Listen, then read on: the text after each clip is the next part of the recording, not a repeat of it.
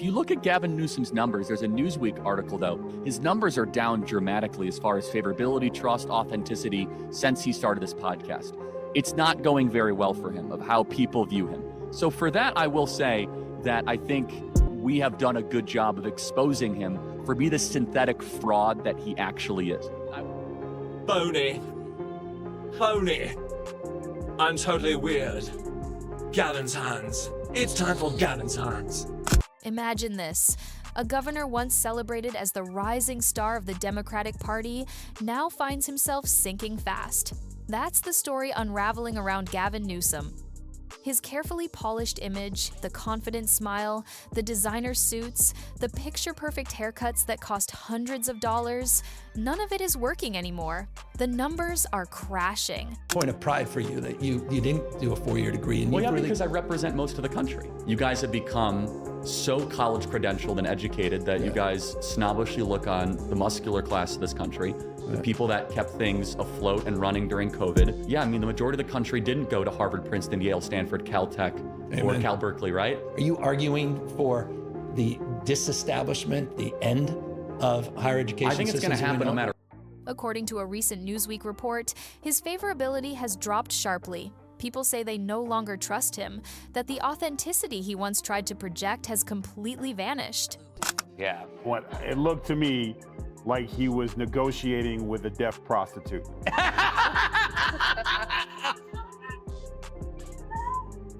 If you go back and watch the tape, Yes! he literally goes, I want some of this, then you do some of this, and I'll do some of that back to you, and then we'll do this, and then I'll pay you, and then we'll do it again. True. And then she kept saying, no. Okay, how about this? You do this one first, then we do this one, then we give a little back and forth. The moment he launched his podcast, the cracks became impossible to ignore. What was meant to make him look relatable, modern, and approachable has turned into proof that he is out of touch, scripted, and manufactured. I mean, my view of him is actually the same, which is this is a guy that wants to be president more than any other human being, I think, currently alive. And it looks as if he's trying to be on the popular edge or the popular side of the issues right now. The one that's making the most headlines, obviously, is biological men in women's sports. And he said he totally agrees with me, and that's a direct quote. Were you surprised by that? I was a little taken aback. I anticipate a little bit more of a politician answer. We'll see if he actually follows up that rhetoric with action, like an executive order or trying to champion the state bill that will prohibit biological men in women's sport. I think he's been a total failure as governor. And this collapse is not small. It's dramatic. Poll after poll shows that the man once whispered about as a future president is losing ground with the very people he needs to win over.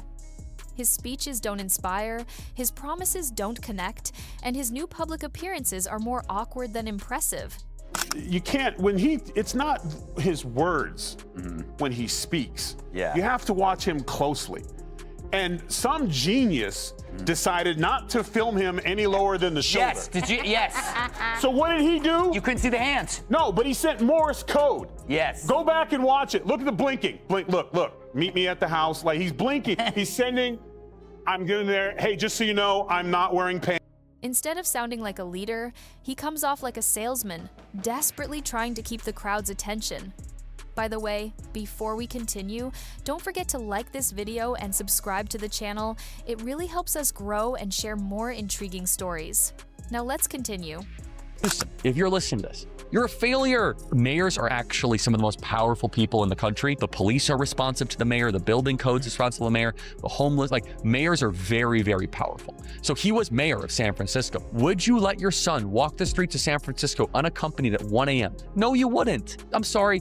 Your son can't walk the streets of the city that you were in charge of. You're a disgrace. Gavin Newsom, you just want political power. You have no guiding beliefs at all. Just leave the Democrat Party. That's my advice to him. If you really want to be in elected office that bad, just leave the Democrat Party and just go run as like a moderate Republican and just have some sort of like conversion story. Because behind the falling numbers, behind the flashy podcast clips and social media campaigns, something darker is emerging. This isn't just bad luck. It's the beginning of the story of a man who built his career on image alone and is now being exposed piece by piece. And then, look, he's blinking, and then eventually the camera guy realizing that he's signaling him, so he gets appalled, leans back, camera comes down, and then we're back to this. I'll do this for you, you do this for me a little. So he's saying whatever he's going to say. There it is, see? They couldn't hold him back. He's like, I'm not on film. Oh, I'm not, nope. Oh, bring my hands up, bring him up, bring him up, bring him up, bring him up. He's playing with us. Meet me at my house, you get mine, I get yours, it'll work out. Part 2 of the story is where things get stranger. Gavin Newsom has always relied on charm, his smooth speeches, the perfect grin, the expensive haircut that can cost $400. But behind that confident look, critics argue there's nothing real. They call him a synthetic fraud, someone who has mastered the art of looking like a leader while hiding the emptiness underneath. Hand motion, I was gonna text him. It's this, it's got like, usually it's kind of this, and then he's doing this. He was doing this thing on MSNBC. He's doing this whole thing. Look, he is the fakest person I think I've ever met in my entire life. So synthetic, and honestly, that's very dangerous, like incredibly dangerous. Like he's the type of person that could just like stare at you like, oh yeah, I voted for Trump, and just like pass a lie detector test. that is very, very dangerous. Just stone cold, just like no inhibitions whatsoever when it comes to deceit or lying or misleading. And the more people see him up close, the more that illusion starts to crack. When cameras catch him, it's almost theatrical. His hands move in exaggerated motions, like he's trying to distract from what he's actually saying. Observers even joke that he communicates in secret codes, blinking and gesturing as if he's rehearsed every move in front of a mirror. It's polished, yes, but it feels robotic. Like he's less of a governor and more of an actor auditioning for a role he doesn't fully understand. You have in New York walking around there, and these two illegals just happen to stumble upon a guy who just happens to be an off-duty officer. It's a hit, in my opinion, and we're lucky that he was able to get through. But I would like to see the same vigor from our so-called government investigations they're doing with this Epstein and whatever Barack Obama did 10 years ago. I don't give a damn about any of that. That's not a table issue for me and my... And that's the dark secret people are beginning to whisper. Gavin Newsom doesn't just use style to cover weakness. Style is all he has. His entire brand is built on optics. Perfect hair, perfect lighting, perfect angles.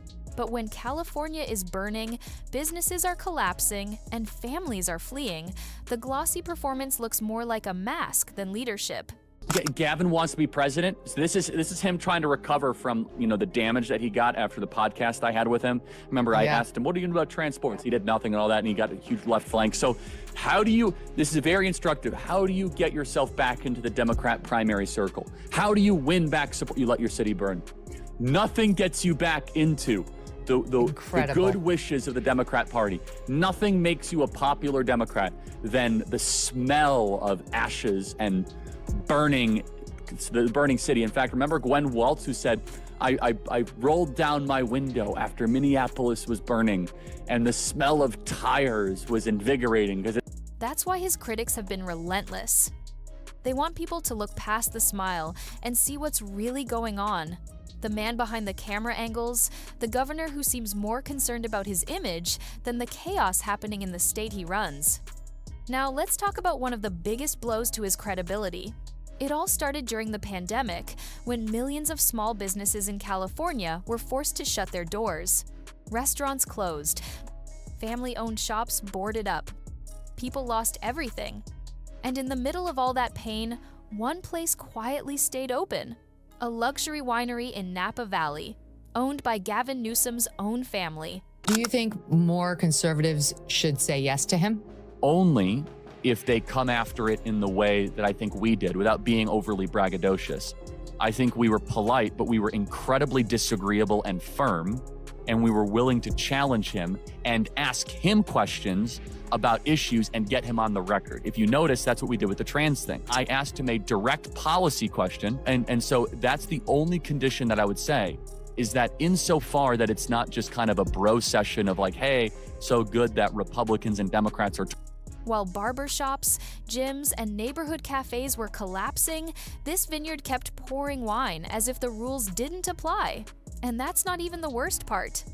At the exact same time that ordinary Californians were told to stay home, wear masks, and avoid gatherings, Newsom was caught at an exclusive dinner at the famous French Laundry restaurant. No mask.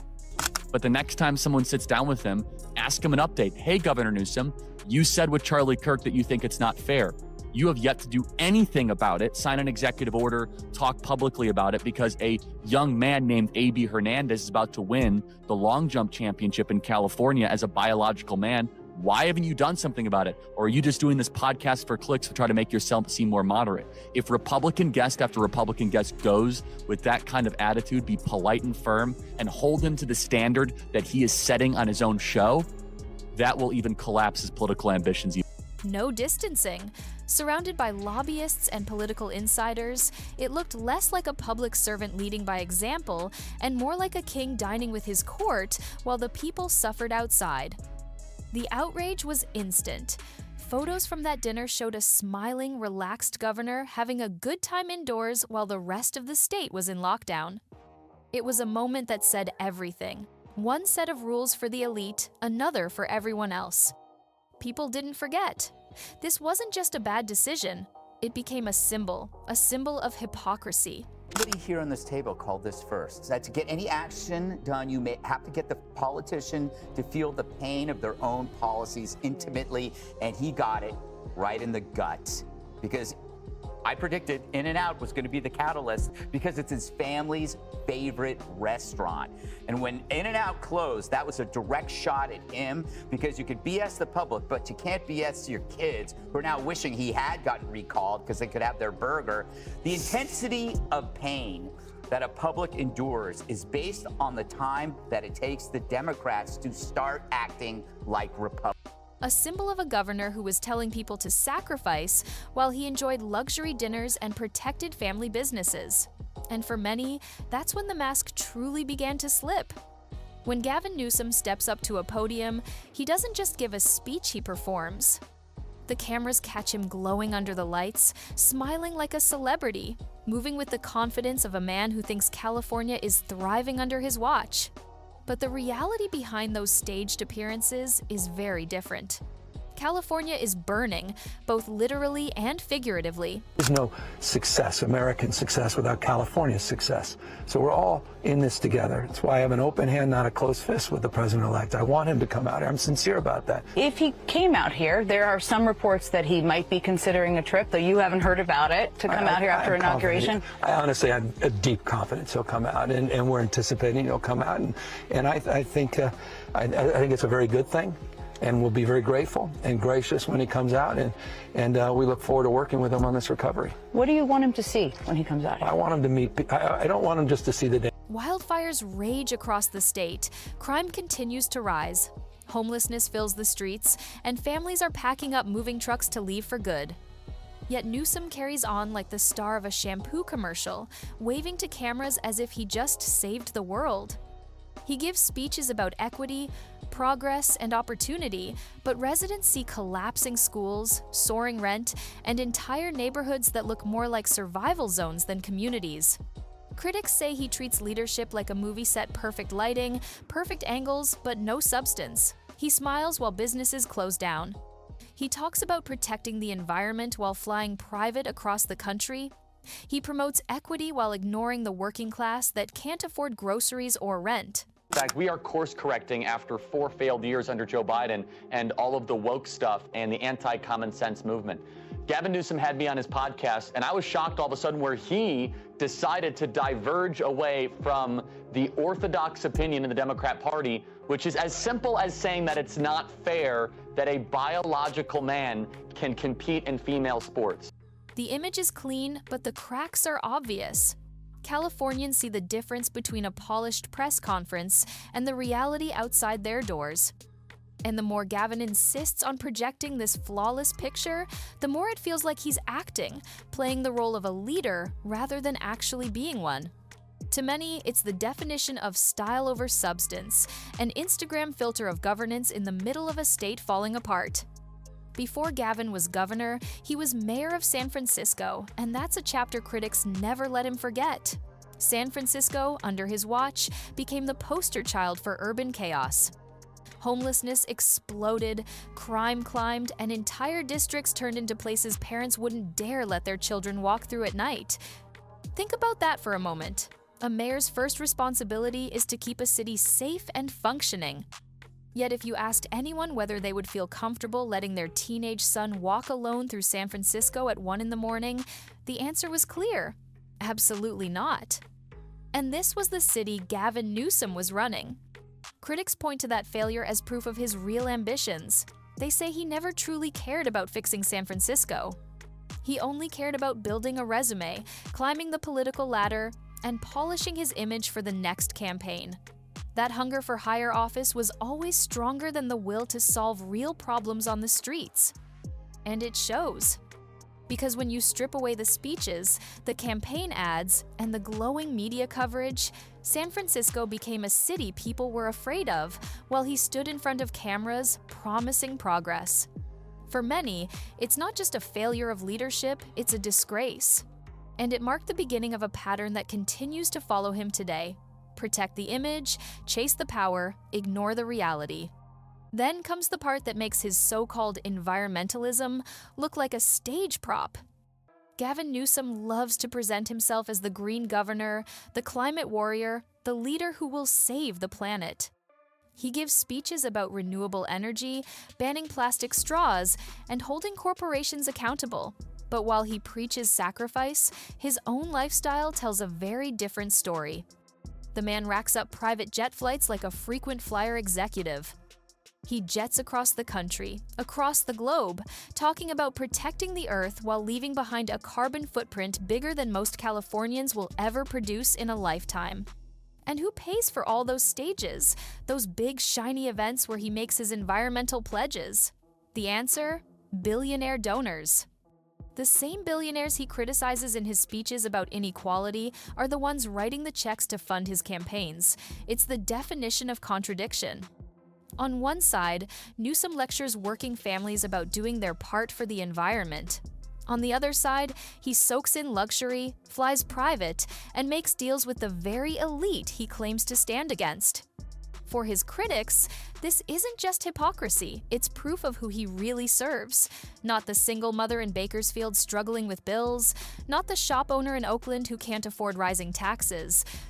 No, his loyalty seems to rest with the donors, the wealthy developers, and the elite circles that keep his career afloat. To many, his environmental image is nothing more than another costume in his political theater.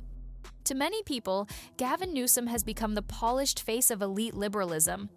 He's the kind of politician who looks flawless in an Armani suit, delivers smooth one-liners for the cameras, and speaks in a tone that feels like it was crafted by a Hollywood director. But when you dig beneath that glossy surface, critics say he's not fighting for ordinary Californians at all. He's serving the interests of the coastal elite. Developers, big donors, and high-end lobbyists seem to get his attention, while working-class families struggle with problems he barely mentions. Newsom talks about equity, but home ownership in California keeps slipping further out of reach. He talks about opportunity, but small businesses collapse under taxes and regulations, while major corporations get carve-outs and special treatment. It's not just about what he does, it's about who he represents. His critics argue he governs like his only audience is made up of billionaires and real estate moguls. He's not the man of the people he tries to appear as, but the walking contradiction of modern politics. Dressed sharp, speaking like a motivational speaker, and always ready for the camera, but empty when it comes to actual solutions. And that's why some call him the ultimate symbol of elite liberalism, someone who markets compassion, sells the dream of progress, but delivers policies that keep power in the hands of a wealthy few while leaving regular Californians behind. The cracks in his leadership show up most painfully in the daily lives of ordinary Californians. Just walk into a grocery store and you'll see what critics mean. A carton of eggs costs $7. A gallon of gas can run $6 or more. Families are stretching paychecks thinner and thinner, while crime pushes them to install extra locks just to feel safe in their own homes. And yet, Gavin Newsom still talks about a thriving economy. Thriving for who? That's the question his critics hammer on. Maybe in Beverly Hills, where the wealthy enjoy security and luxury. But for a single mother in Bakersfield, there's nothing thriving about choosing between groceries or rent. Tyrus, one of his sharpest critics, describes California under Newsom as a disaster movie with yoga studios. On the outside, there's a glossy image sunshine, tech wealth, promises of progress. But underneath, there's rising crime, broken infrastructure, and a middle class that's vanishing. Being middle class in California, they say, is like being a unicorn. Everyone talks about it, but no one can actually find it anymore. The point hits hard because it's not abstract policy talk, it's reality at the checkout counter, at the gas pump, and on the streets at night. And while Newsom celebrates California's success in front of cameras, millions of his residents are quietly packing their things. Moving trucks lined up to escape a state that feels less like home and more like a survival test. Behind all the speeches and the staged smiles, there's one truth that critics keep pointing out. Gavin Newsom wants the presidency more than anything else.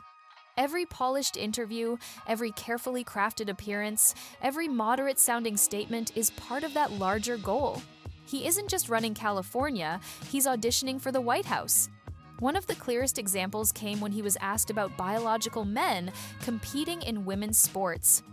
Instead of dodging, he said he agreed it wasn't fair. For a moment, it sounded like he was breaking with his own party.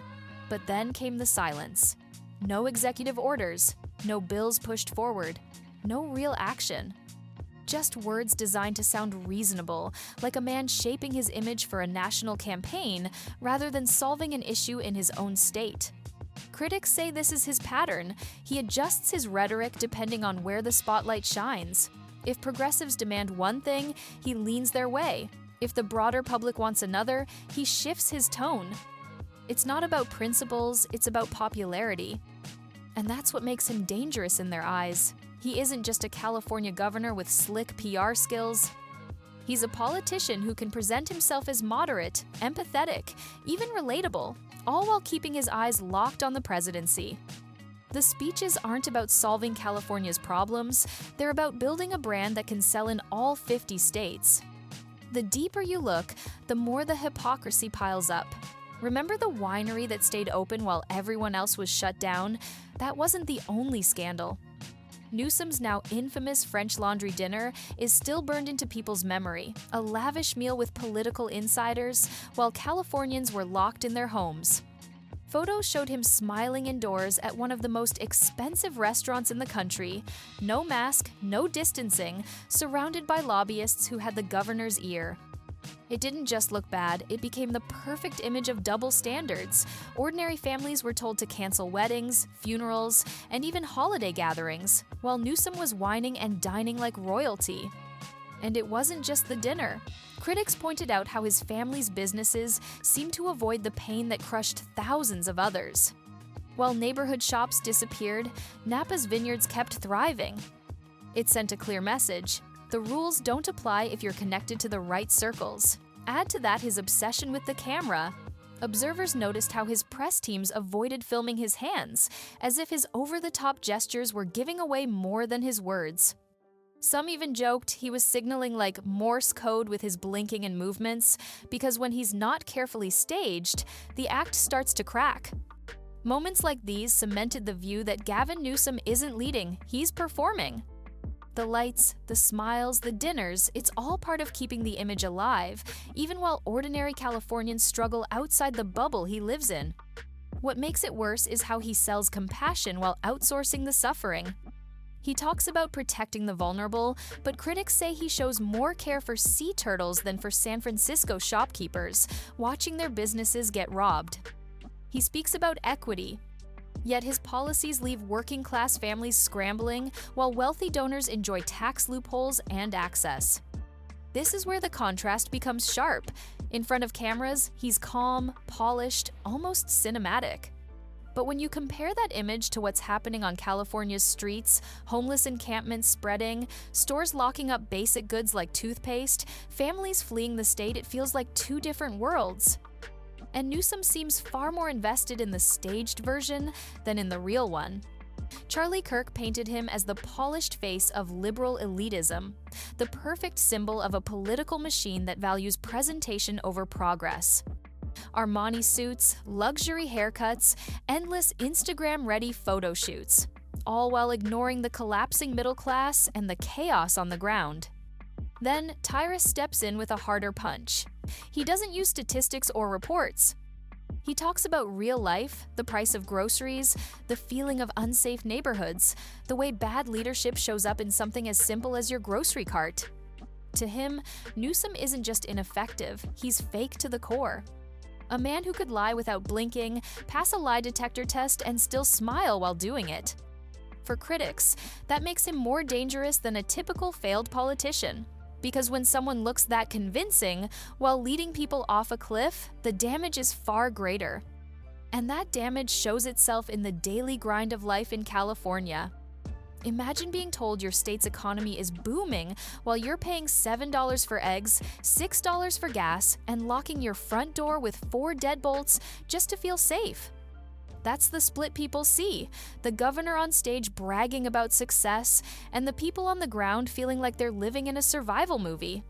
Tyrus cut straight through the glossy speeches, saying California feels like a blockbuster disaster film, yoga studios and smoothie bars on one corner, boarded-up shops and crime scenes on the other. Middle-class life has all but disappeared, turning into something more like a legend than a reality. Politicians pat themselves on the back, but regular people are rationing laundry loads and moving their families out of the state. And while Newsom gives passionate speeches about equity, critics say it's nothing but acting. The families packing U-Hauls in the dead of night, the store owners giving up after being robbed too many times, the parents afraid of their kids walking home from school, none of them see the California he brags about. This is where the mask slips the most. His "I care about the people" routine might win applause in a press room, but on the streets it's exposed as theater. For critics, Gavin Newsom isn't just failing, he's pretending. Pretending to care, pretending to lead, while the very people he claims to represent are desperate to escape the state he governs. The truth, according to his critics, is that California's decline isn't an accident, it's the result of choices. They argue Gavin Newsom has turned the state into a giant social experiment, with policies that sound noble in press releases but play out like chaos in real life, and the motive behind it all ties back to his ambition. Everything is calculated. When riots break out in American cities, Newsom doesn't rush to restore order. Instead, critics say he reads the political winds, knowing that standing aside can earn him points with the most radical corners of his party. Nothing boosts his standing in a Democratic primary, they claim, like the smell of burning streets. It's not about safety or stability, it's about strategy. The deeper pattern is clear. Every photo op, every speech, every carefully staged town hall is designed to present Gavin as a relatable, moderate, presidential figure. But when you strip away the camera angles and the expensive suits, the shocking secret is this: there's nothing behind it. No core beliefs, no real guiding principles, just performance. That's the real scandal. Not some hidden tape or dramatic crime, but the emptiness at the center of his leadership. He sells politics like an influencer sells products, filtered, curated, edited to look perfect. But the more people see the reality: collapsing infrastructure, fleeing families, soaring costs, the harder it is to believe in the image. And when the mask slips, it reveals exactly what his critics have been saying all along. Gavin Newsom is all style, no substance. And the final piece of the puzzle is what this all means for the future. Critics say if you really want to stop Gavin Newsom, you don't just debate him on big ideas, you hold him to his own words. Ask him why he claimed to oppose biological men in women's sports, but never signed an order to stop it. Ask him why he talks about helping small businesses while giving tax breaks to corporations. Push him on the promises he made in interviews, and watch the mask slip when he can't back them up with action. Because that's how his carefully built image begins to collapse. He thrives when the spotlight is soft, when the questions are easy, when the camera angles are perfect. But when confronted with his own record crime, homelessness, collapsing infrastructure, skyrocketing living costs, there's nowhere left to hide. By the time his critics finish laying it all out, the picture is devastating. Gavin Newsom isn't exposed by a secret recording or a hidden scandal. He's exposed by reality. By the fact that California under his leadership has become less of a functioning state and more like a political Instagram page, filters, speeches, hashtags, and photo ops, with crumbling streets in the background. And that's the darkest secret of all. The governor who looks like the future is actually the warning sign. A reminder of what happens when politics becomes all about performance. If you enjoyed this video, don't forget to hit the like button and subscribe to this channel. Also, drop your thoughts in the comments. See you on the next one.